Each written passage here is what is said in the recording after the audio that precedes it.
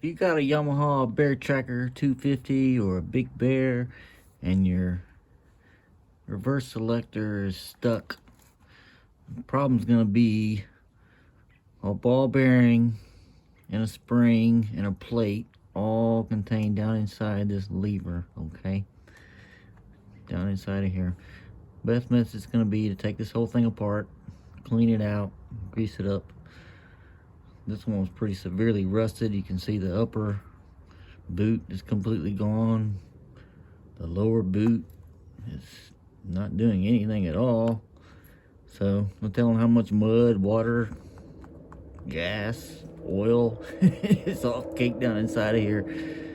And the little ball bearing looks kind of like this one is rusted, and it moves on the two detents on that plate back and forth like this, and it's just got so much gunk in it, it's not able to compress the spring and move. So somebody took it upon themselves to loosen the back nut on this thing, so the whole unit was loose enough to overcome the stuck ball bearing. So this whole thing was shaky loose, but you could move it, but yet that also meant that you didn't really move the rod far enough. And so that meant probably they didn't get reverse anymore, I'm assuming, because that's what I was told. And you can see what the animal did trying to loosen the lock nut on the adjuster. Guys, please don't do this. This is simple. 12 millimeters, okay? Put a 12-meter holding on the center. This is a left-hand thread. This is a right-hand thread. Both to loosen, you're going to turn each nut down towards you to loosen it, okay? Once you loosen them both, then you can turn the turnbuckle to either lengthen or shorten the linkage. If you don't have forward gear when you're in the front position, probably your linkage is too long. It's not pulling the arm in the back far enough. You need to shorten this.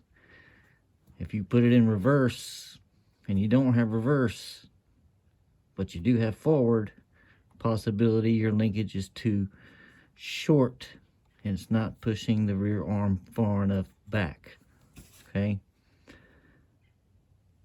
This unit, by all chances, needs a new plate and a new ball bearing, but literally I just cleaned it all up, and I want to show you how it works with a little TLC and a little wheel bearing grease.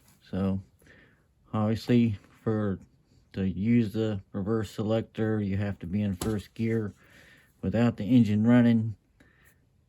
If you've pushed this unit around, you may not engage first without rolling it back and forth a little bit. So you should hear a nice solid engagement when you lift up on the selector, and you should hear a nice click when you release it. If you don't hear both of those nice engagements, you're not in first gear. So once I'm in first gear, check this out. Oops, I must be in second gear. I sure was. Can't go in reverse in second gear.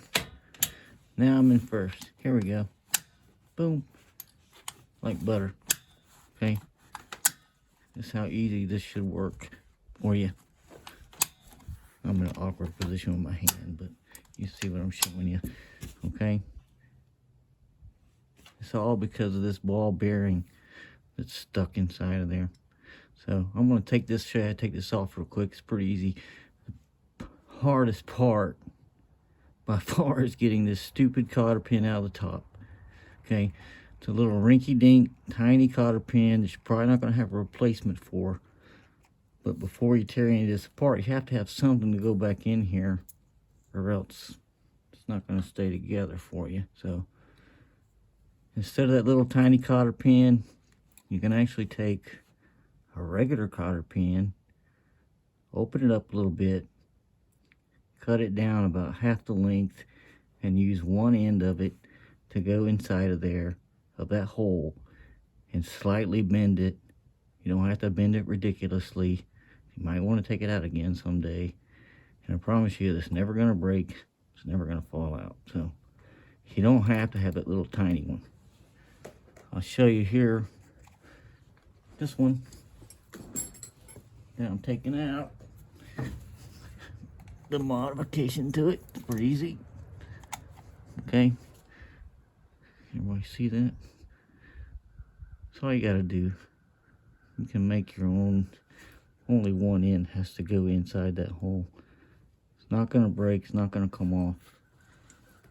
Once you get the cotter pin off, then obviously the linkage just comes out. And from here we got 3 bolts.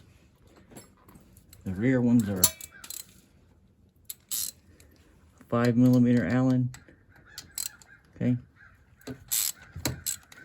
Both of them. Thing to remember on this, underneath both of these bolts, there's gonna be a spacer washer underneath the bracket, between the bracket and the housing, so don't lose them. You have to put them back in.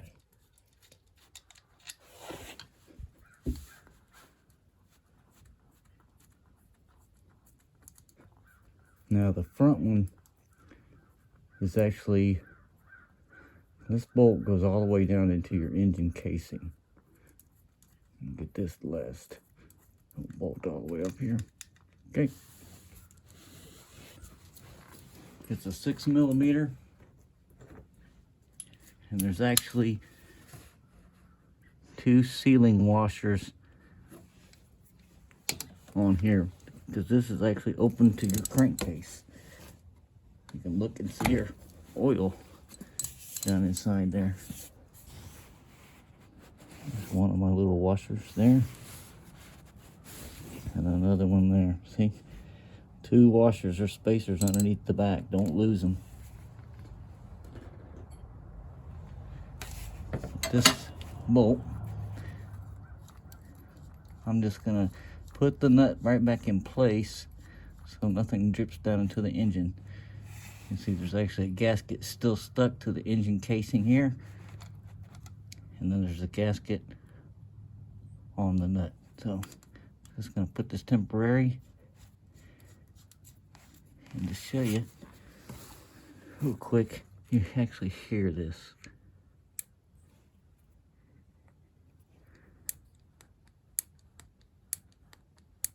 That's the little ball that's moving in and out of those 2 positions. I'll show you in a minute when we take it apart.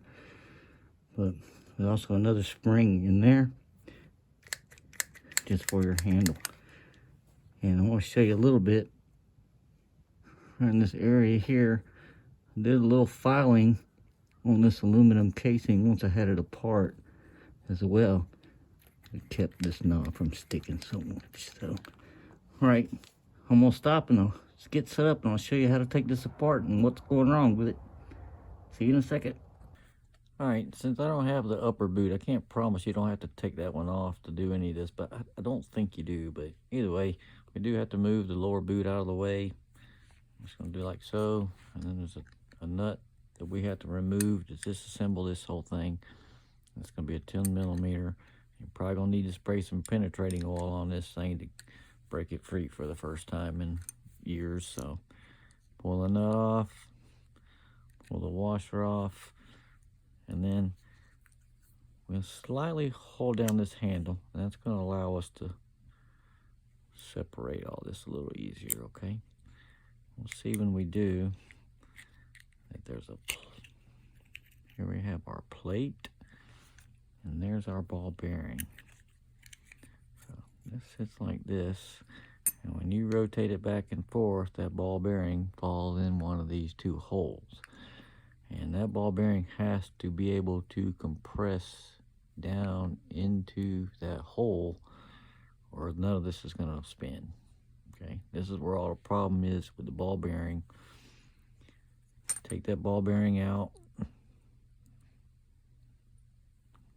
I actually took and rubbed it across like some 320 grit sandpaper to clean it up, the rust, as well as I could. Remove this spring inside of here, clean all this out. What you see is wheel bearing grease that I have in it right now. This is all going to be full of crud, junk, and take some of that sandpaper, wrap it around a screwdriver or something, and clean this hole out really, really well. Okay, once you do, you should be fine as long as that ball will compress down there easily. Once you've got this apart, you can also pull the whole shaft out. Okay, it actually has 2 O-rings on it. But you can clean all the gunk off of this, lubricate it with a little wheel bearing grease, and reinstall it, okay, to make sure that's not causing any problems either. Beyond that, there's only one other thing that you can do, and that's to pull. Well, let me show you this plate real quick. If I pull the handle back, you'll see this plate. I'm only going to go in here one way. It has a little raised edge around this hole that matches that hole right there. So that's the only way it goes in. Okay, it's not going to go the other way. All right, you can see the difference. Okay, you actually see the wear marks where the ball rides back and forth. Say, but anyway, I can still remove this boot here, slide it all the way off, and then it'll allow me to disassemble the rest of this, and I can clean all of these contact edges on both sides. And what I also found was that when I squeezed it, it was always like a catch. It turns out this edge had like a burr on it from the flashing, and I cleaned it up with a little flat file. And I also took a little razor knife and just scraped off some of this excess rubber right along both of these top edges. Okay, and that works fine. So to reassemble, I'm going to put this on the boot. Sorry for shaking the camera there.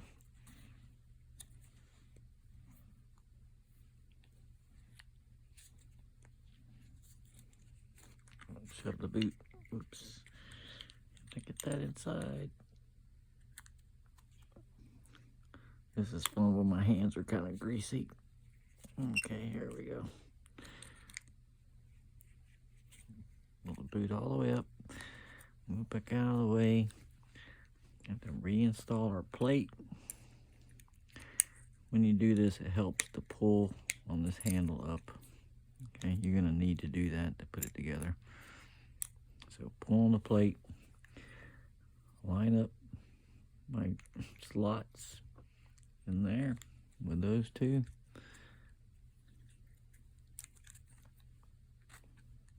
Put my washer back on and tighten my nut. Okay.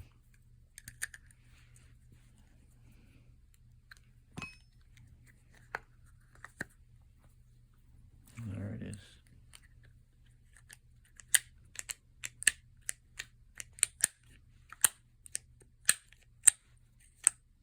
Okay, this is the whole problem, guys, is that little ball bearing in there. It's really not that hard a job to do, so save yourself some money. I didn't pay a single dime. I used a little bit of wheel bearing grease and a little bit of sandpaper. So hope this helps some of you guys out there, and knowing it's really not that hard to fix your problem. So thanks a lot for watching. See you later.